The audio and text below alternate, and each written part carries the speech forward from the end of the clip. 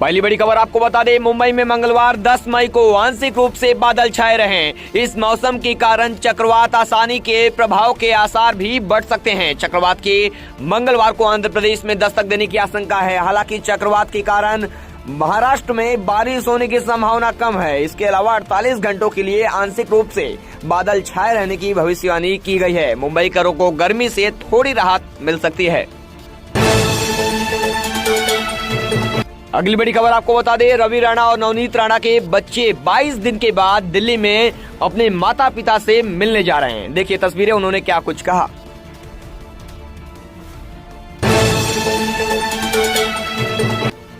अगली बड़ी खबर आपको बता दें, निर्दलीय सांसद नवनीत राणा की मुंबई के लीलावती अस्पताल में एमआरआई प्रक्रिया के दौरान की फोटो और वीडियो सोशल मीडिया पर वायरल होने के मामले ने तूल पकड़ लिया है। इस मामले में बीएमसी के एच वेस्ट वार्ड ने लीलावती अस्पताल को नोटिस जारी किया है। गौरतलब है कि नियमों का उल्लंघन करने पर एमआरआई के दौरान फोटो खींचने पर नोटिस जारी किया गया है। वहीं अब सीसीटीवी फुटेज और अस्पताल के कर्मचारियों द्वारा हुई लापरवाही पर लीलावती अस्पताल को जवाब देना होगा। अगली बड़ी खबर आपको बता दे, बिना माफी मांगे उनका बाप भी नहीं आ सकता अयोध्या। बीजेपी सांसद बृजभूषण शरण सिंह का राज ठाकरे पर तंज। महाराष्ट्र नवनिर्माण सेना के अध्यक्ष राज ठाकरे हर दिन सुर्खियों में बने हुए हैं। हाल के दिनों में उत्तर प्रदेश से भाजपा के सांसद बृजभूषण शरण सिंह ने उन पर हमला बोला है। उन्होंने आज कहा, बिना माफी मांगे उनका बाप भी नहीं आ सकता अयोध्या। बीजेपी सांसद बृजभूषण शरण सिंह। अरे राज ठाकरे भगवा नहीं है, कालनेमी है, वो कालनेमी है। तो भगवा धारण किया है, हृदय परिवर्तन हुआ है ना। तो राम के वंशजों से माफी मांगे ना, राम के वंशजों से माफी मांग ले आ जाए, कोई दिक्कत नहीं है। अगली बड़ी खबर आपको बता दें, एनआईए ने कल दाऊद इब्राहिम के साथियों से जुड़े 29 ठिकानों पर छापेमारी की थी। एजेंसी ने कल कुल 15 लोगों से पूछताछ की थी। एनआईए ने उन्हें आज की फिर पूछताछ के लिए बुलाया है। मामले में अभी तक किसी की गिरफ्तारी नहीं हुई है। डी कंपनी संयुक्त राष्ट्र यूएन द्वारा बैन आतंकी संगठन है। वहीं 1993 में हुए मुंबई धमाके के आरोपी दाऊद को 2003 में यूएन ने ग्लोबल आतंकी माना था। उस पर $25 मिलियन का इनाम भी रखा गया है। अगली बड़ी खबर आपको बता दें, देश में वापस लौट रहा है कोरोना का डर। यूपी समेत कई राज्यों में फिर बढ़ रहे हैं कोरोना के मामले। भारत में एक बार फिर से कोरोना के मामले तेजी से बढ़ते जा रहे हैं। दिल्ली में पिछले 24 घंटे में 570 नए केस पाए गए हैं। आपको बता दें, वैक्सीनेशन को लेकर भी बड़े राज्यों में सख्ती देखने को मिल रही है। आइए आपको बताते हैं, यूपी समेत दिल्ली, महाराष्ट्र, मध्य प्रदेश समेत कई राज्यों में कोरोना के मामले अब तेजी से बढ़ने लगे हैं। अगली बड़ी खबर आपको बता दें, सीएम योगी की सरकार मुंबई में खोलेगी ऑफिस। जी हां, इसके पीछे मुंबई में रहने वाले यूपी के लोगों की मदद करने और गृह राज्य में निवेश लाना प्रमुख उद्देश्य है। उत्तर प्रदेश के मुख्यमंत्री योगी आदित्यनाथ ने देश की आर्थिक राजधानी मुंबई में कार्यालय खोलने का निर्णय लिया है। इस कार्यालय के माध्यम से जहां मुंबई में रहने वाले यूपी के प्रवासी लोगों को मदद की जाएगी, वहीं फिल्म एवं टेलीविजन समेत अन्य तमाम उद्योगों से जुड़े संपन्न लोगों को यूपी में निवेश कराने के लिए भी प्रेरित किया जाएगा। अगली बड़ी खबर आपको बता दें, शरद पवार का राज ठाकरे पर हमला। राज ठाकरे का अयोध्या दौरा कोई राष्ट्रीय मुद्दा है?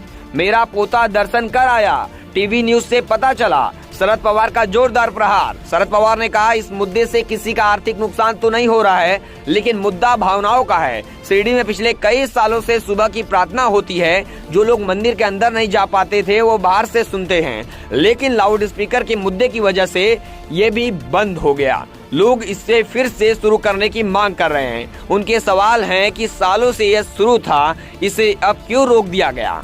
इस मुद्दे को उठाए जाने की वजह से इसका अंजाम सभी समाज के लोगों को भुगतना पड़ रहा है। शरद पवार। अगली बड़ी खबर आपको बता दें, सुप्रीम कोर्ट का स्पष्ट आदेश। मध्य प्रदेश सहित सभी राज्यों में बिना ओबीसी आरक्षण के पंचायत चुनाव। मध्य प्रदेश से आ रही है बड़ी खबर के अनुसार यहां स्थानीय निकाय और पंचायत चुनाव को लेकर अब सुप्रीम कोर्ट का नया आदेश जारी कर दिया गया है। आदेश में सभी राज्यों को कहा गया है कि ओबीसी आरक्षण के बिना ही चुनाव होंगे। अगली बड़ी खबर आपको बता दें, शिवसेना सांसद संजय राउत ने मंगलवार को पत्रकारों से बातचीत के दौरान बीजेपी नेता किरीट सोमैया पर भ्रष्टाचार के गंभीर आरोप लगाए हैं। सांसद ने आरोप लगाया कि किरीट सोमैया के यूथ फाउंडेशन को लाखों रुपए का दान दिया गया है। उन्होंने ईडी को चुनौती दी है कि अगर उनमें हिम्मत है तो सोमैया के खिलाफ कार्रवाई करे। उन्होंने ये भी कहा कि भ्रष्टाचार मुक्त महाराष्ट्र का नारा लगाने वाले सबसे बड़े भ्रष्ट लोग हैं। अगली बड़ी खबर आपको बता दें, कैसरगंज के भाजपा सांसद बृजभूषण शरण सिंह ने राज ठाकरे के 5 जून को अयोध्या आगमन के विरोध में अपने गांव में रैली निकाली। रैली में शामिल लोग राज ठाकरे के विरोध व उत्तर भारतीयों से माफी मांगने की मांग कर रहे थे। गौरतलब है कि सोमवार को कैसरगंज के भाजपा सांसद बृजभूषण शरण सिंह ने महाराष्ट्र नवनिर्माण सेना प्रमुख राज ठाकरे को कालनेमी राक्षस के सम्मान बताते हुए कहा कि राज ठाकरे को अयोध्या की सीमा में नहीं घुसने दिया जाएगा।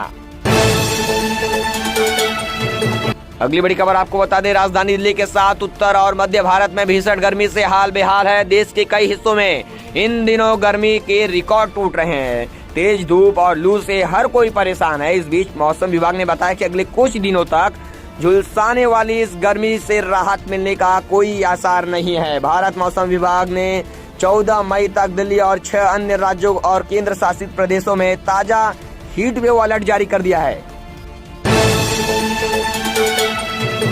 अगली बड़ी खबर आपको बता दें, बंगाल की खाड़ी के ऊपर बना चक्रवाती तूफान आसानी 12 किलोमीटर प्रति घंटे की रफ्तार से तटीय आंध्र प्रदेश और ओडिशा की ओर बढ़ रहा है। मौसम विभाग के मुताबिक चक्रवात आसानी के आसार से 120 किलोमीटर प्रति घंटे की रफ्तार से तेज हवाएं चलने और भारी बारिश की संभावना है। मौसम विभाग की ओर से तूफान की चेतावनी को देखते हुए ओडिशा सरकार अलर्ट पर है। अगली बड़ी खबर आपको बता दें, इंडियन प्रीमियर लीग आईपीएल 2022 में सोमवार को हुए मैच में कोलकाता नाइट राइडर्स ने मुंबई इंडियंस को 52 रनों से हरा दिया। इस बड़ी जीत के साथ कोलकाता नाइट राइडर्स के प्लेऑफ में पहुंचने की उम्मीद जिंदा है और अब प्लेऑफ के लिए लड़ाई दिलचस्प हो गई है। कोलकाता ने इस मैच में पहले बैटिंग करते हुए 165 रनों का स्कोर बनाया था, लेकिन मुंबई इंडियंस की टीम इस स्कोर को नहीं बना सकी। दक्षिण दिल्ली नगर निगम एसडीएमसी की मंगलवार को बुलडोजर लेकर मंगोलपुरी और न्यू फ्रेंड्स कॉलोनी में अतिक्रमण हटाने पहुंची। यहां बुलडोजर ने अवैध दुकानों को तोड़ना शुरू कर दिया। वहीं दुकानदारों ने भी अपना अतिक्रमण हटाना खुद शुरू कर दिया। पटरी दुकानदारों के अतिक्रमण के बाद अब बुलडोजर घरों के बाहर किए गए अतिक्रमण को तोड़ा जा रहा है। घरों के बाहर बनी पार्किंग, बाउंड्री और अन्य निर्माण को तोड़ा गया। लोगों ने घरों के बाहर सड़क पर रेलिंग लगाकर वहां कब्जा कर लिया था, जिसे बुलडोजर से हटा दिया गया। राज ठाकरे का विरोध इसलिए हो रहा है कि उन्होंने उत्तर भारतीयों का अपमान किया है और 2008 से अपमान की यात्रा उनकी ये शुरू हुई है और अभी तक चल रही है। मेरा एक लाइन का कहना है कि आप माफी मांगो, अयोध्या आओ, और माफी नहीं मांगते हो तो अयोध्या में आने नहीं देंगे। प्रयास करते हैं तो क्या हम आपको फर्जी आदमी दिखाई पड़ रहे हैं क्या? नहीं, आपको लगता है फर्जी आदमी है हम रणनीति आपको क्यों बताएं? अब रणनीति देखना है तो कल तैयारी बैठक है, केवल एक तैयारी बैठक है। 50,000 से 49,000 रहेंगे तो मुझको बता देना कि मैं अपना आंदोलन बंद कर। तैयारी बैठक है। अरे राज ठाकरे भगवा नहीं है, कालनेमी है, वो कालनेमी है। तो भगवा धारण किया है, हृदय परिवर्तन हुआ है ना, तो राम के वंशजों से माफी मांगे ना, राम के वंशजों से माफी मांग ले आ जाए, कोई दिक्कत नहीं है।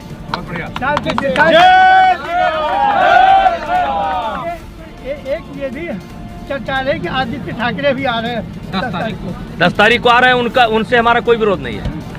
हमारा महाराष्ट्र के लोगों से विरोध नहीं है, मेरा राज ठाकरे से विरोध है, जिसने मजदूरों को मारा है, जिसने विद्यार्थियों को मारा है, जिसने अखबार वालों को मारा है, सिनेमा वालों को मारा है, मजदूरों को मारा है, उससे विरोध है। महाराष्ट्र से मेरा विरोध नहीं है। मंदिर का तो कोई भी दर्शन कर सकता है, उनके बाप नहीं कह सकते हो बिना माफी मांगे। मेरे मम्मी पापा 13-14 दिनों से जेल में थे। मैंने और मेरे भाई ने बहुत मिस किया। और सर एक बार आई ना, बस नहीं